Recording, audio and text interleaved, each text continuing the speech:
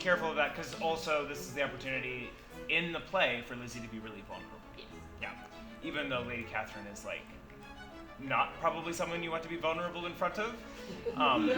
Darcy is someone you want to be vulnerable in front of.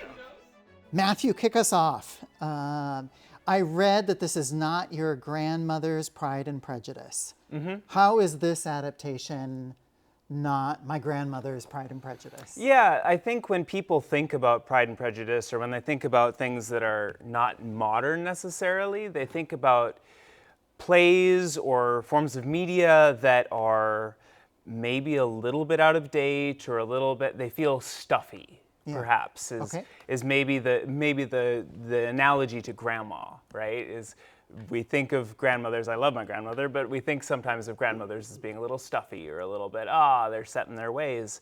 And this version of Pride and Prejudice is just, it's a screwball comedy. It's funny. It's got a lot of energy behind it. All of the actors it's a very ensemble-based piece. There's a lot of moving parts. And so for an audience that's expecting like very aloof, or what you might think of as like very stilted acting, it's not that. It's very approachable. Yeah. And I think that's what makes it not your grandmother's Pride and Prejudice, is just how much life is in it. Yeah. Take that further. What are some of the elements that make it feel contemporary?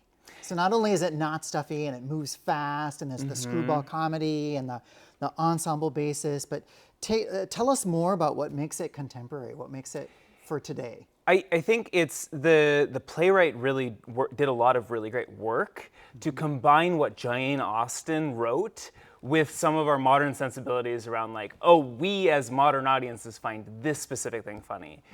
So we as modern audiences find it funny when, for example, the proposal goes wrong, or when we have moments where characters are just maybe a little bit too candid and have no filter, and so we find that kind of funny. And we also find things, or elements of this play, I think, that are really funny, are some of those moments where characters get caught in something they probably shouldn't be doing. Yeah.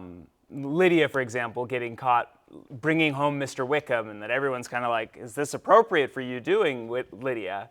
Yeah.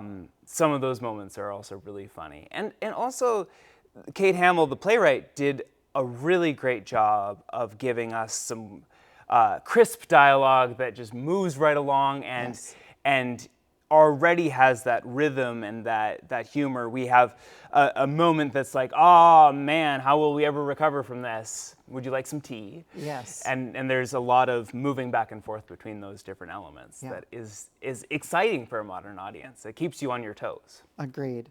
I was just at a run-through last night, and I found it delightful.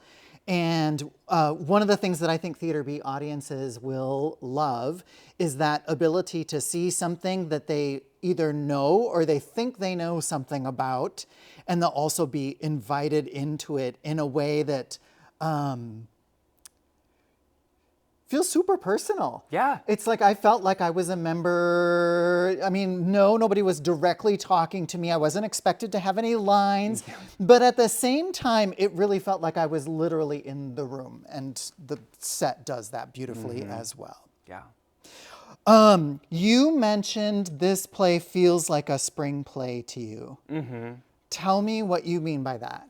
So I think, especially, it's this time of year, we're dealing with spring just in our weather, but I think audiences will find this play as a breath of fresh air. After being stuck inside for a long period of time, we really want to go outside, walk around, smell the grass, hear the birds chirping, and as a director, something that I find really important is finding the hope and finding the joy in something. Even when I'm directing something that is darker or has more dramatic elements, I really want audiences to come away with a sliver of hope, something that they can latch onto and go, life isn't so terrible. We're all just trying to get through it together.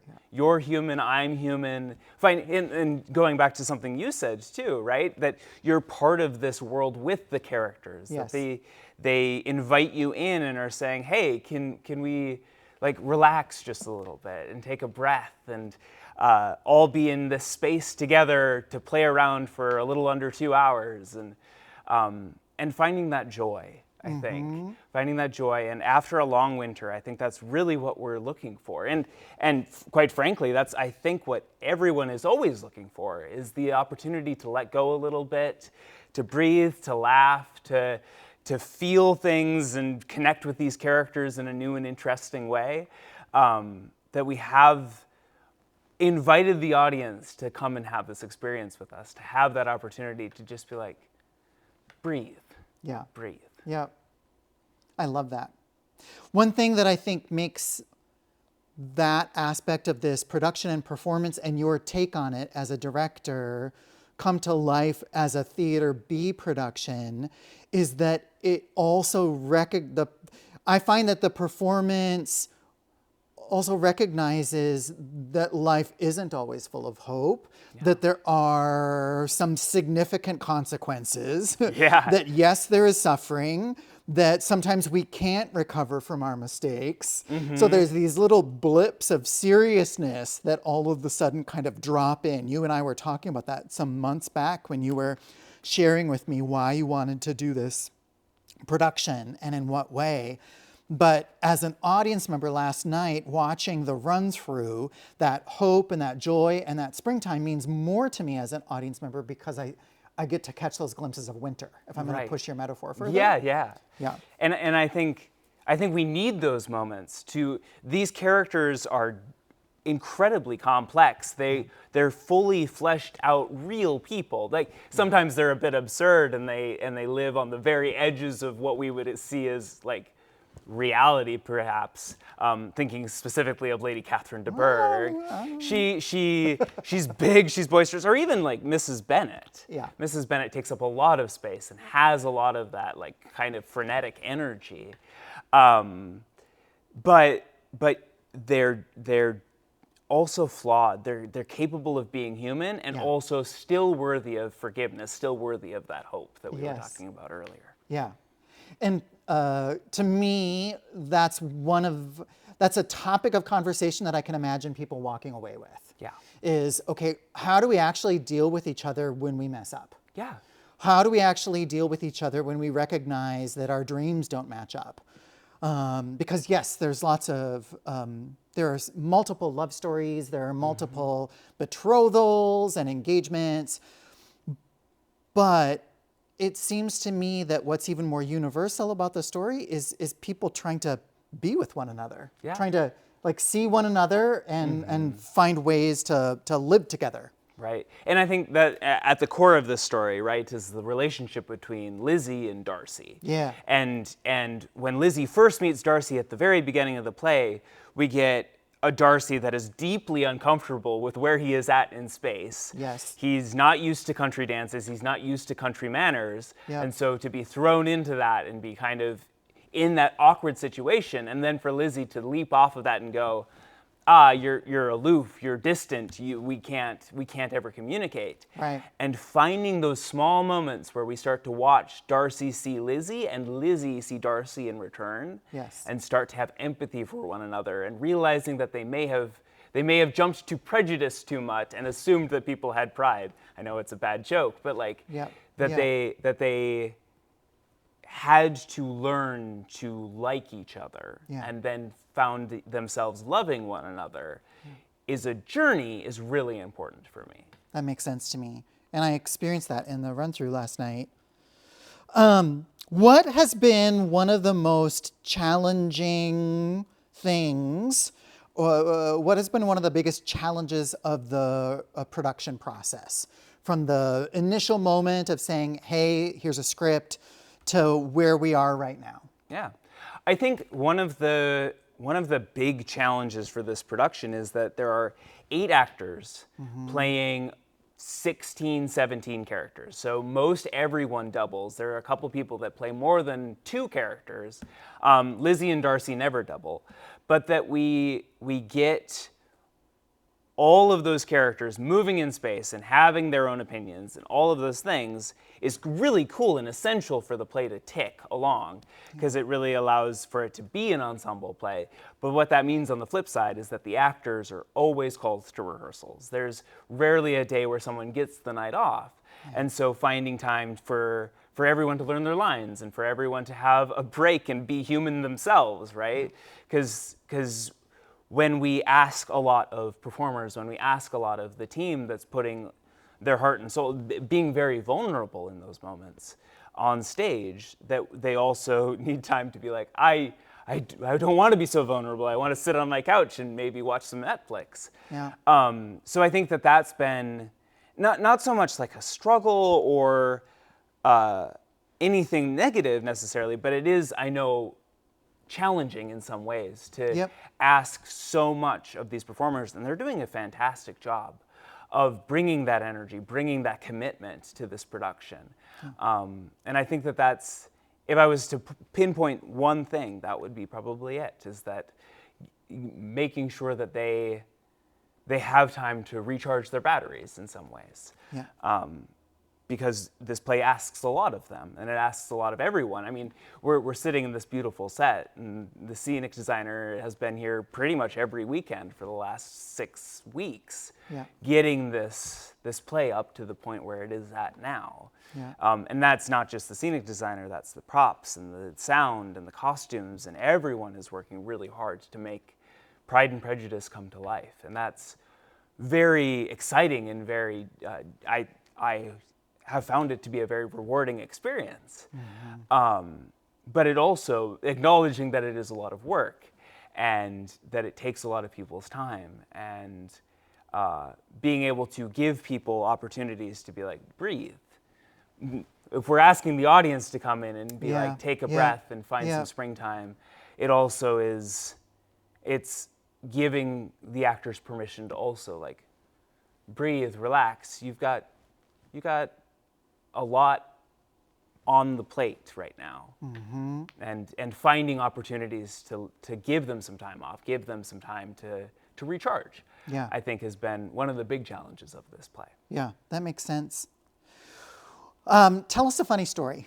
What is one funny thing that has happened somewhere in the midst of this process, from the time when you said, okay, here's a script, I'd love to direct this, up until today? Yeah. Because we just had a run through last night, there are a couple of things that were really funny last night that happened, with there being so many moving parts and things. Sometimes actors get into a place where it's like, oh yeah, I'm doing this thing. Oh wait, I'm a different character in this moment. So there was a moment last night where someone walked out on stage very confidently and then went, oh no, I'm actually supposed to be someone completely different. And they covered very well for it. Yeah. But that's some of the funny things that tend to happen. We are using received pronunciation. We're doing an English accent for this play, and some of the journeys that people have gone on with that has been really funny. There was an entire 20 minutes of rehearsal where everyone lost the English accent and went deeply Norwegian. And it was like 10 minutes of everybody going, oh, Mr. Bennett, Mr. Bennett, Mr. Bennett. And it was hilarious.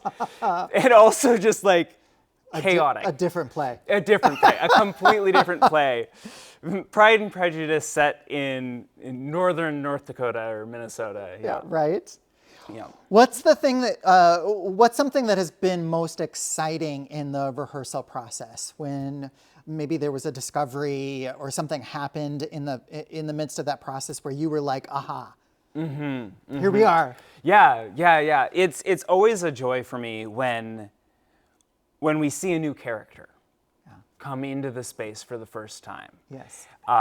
When the actor has been doing work and we had a couple days of table work to really get into the text and find out what's driving these characters and how they're reacting to one another and all of those things. But then to see the actor embody that character physically, Fantastic moment. Missy Teeters, an ensemble member at Theatre B, is playing Mrs. Bennet. And the first day she came in and she was ringing the big bell. She's been calling it her big honkin' bell because it's, substantial, and just runs in, Mr. Bennet, Mr. Bennet, Mr. Bennet, and just all of that energy and vibrancy that she brings to the role. And we're sitting here on this very square space, and she basically ran all the way out to the audience and all the way back to Mr. Bennet, who is just sitting in a chair on stage left, or stage right, excuse me. Oh, it is stage left. Don't mind me. I'm sitting on stage and my brain just completely lost where we were. Runs around the whole space and comes back to Mr. Bennet, and Jeff, who's playing Mr. Bennet, is just sitting there with his newspaper like, oh dear, help. What did I sign up for? That was a fantastic moment. There's another moment. Chris Taylor, another ensemble member at Theatre B, is playing Mr. Collins, the rector. And the first time he came in, he takes 2 steps into the space and then has this moment of presentation, and everyone, you could just watch all of the actors look at him and go, I can't hold it together anymore. It's just so funny. And everyone has moments like that. Lady Catherine de Bourgh comes up and takes up a lot of space. And Lydia, both characters are played by Kate Arness. And she comes out as Lydia and just is bouncing all the time, all over the set in that very young teenager type of way where it's I don't know what to do with my body. I've got all of this energy. And that was so hilarious to watch, and then juxtapose it with Lady Catherine, who is very uppity and very old, and finding it's a very bird-like performance in some ways, where it's just I'm gonna stick my nose up at you, and all of the work that every actor is doing with their characters, that has been a true joy to watch, and it's always very surprising and exciting when they find those new discoveries, and I can go, yes, keep that. Mm-hmm. And a moment that isn't as tied to comedy, but there was a moment a couple of nights ago, maybe last week sometime, where I was working just with Drew and Charlie, who were playing Darcy and Lizzie, and there was a moment where they found just some stillness, mm-hmm. and some oh, I see you, from not from across the room, but they're really quite close to each other in that moment, and they really haven't been looking at each other. Yeah. They've been looking around each other, or they've been trying to suss out what's going on with one another. And then they just had a moment of connection and a moment of eye contact, and you could tell that both of them went, oh. and yes. Just, maybe there's something in this person that is really, really unique, and finding those moments too. Yeah. Find the Bennet house. Kate Hamill, the playwright, talks about the Bennet household is pure chaos, and I grew up in a family where I was one of 6 kids. And so I completely understand the chaos that the Bennet family is in constantly, right? You've got a game of catch going on while mom and dad are trying to have a serious conversation, and someone else is playing piano, and all of that was my growing up time. Yeah. So we've got that in this play, but we've also got these really simple moments of truth, mm-hmm. and groundedness and connection between people. And I think that's really what makes this play tick, is you've got moments where everything seems to explode, and then suddenly there's a clarity that cuts through that chaos, mm-hmm. and it allows the audience to go, oh, that chaos that came before was a setup for us to see this moment in time, and to experience it and connect with it even more truthfully, or even more deeply. Yeah. Matthew, why do you think audiences should come and see Pride and Prejudice at Theatre B? It's a lot of fun. Mm-hmm. It's a joy. Every day I see something totally new, mm-hmm. and the actors are having a fantastic time, and I think audiences will enjoy just being part of this family for a little bit of time, mm-hmm. And finding that joy, finding the ability to relax, to let go, to not hold things so preciously, mm-hmm. and to realize that, hey, we're all just human. We're all just trying to get along. We're all trying to find the best way to treat each other well. And watching these characters fail so miserably at it at times, while also being able to push past that and find moments of joy, moments of hope, moments where they see each other and have that connection. I think that's something that will really resonate with audiences now, and they'll be able to find the opportunity to breathe. I think that's, we've talked about how it's a spring play, how it's a breath of fresh air after a long and cold winter. And I think that's why audiences should come to see this play, is to be able to get that fresh air, to get that opportunity to really just relax, sit out on the porch with your tea and enjoy the birds chirping and the springtime air and the sun. And that play, metaphorically, does a lot of the same things.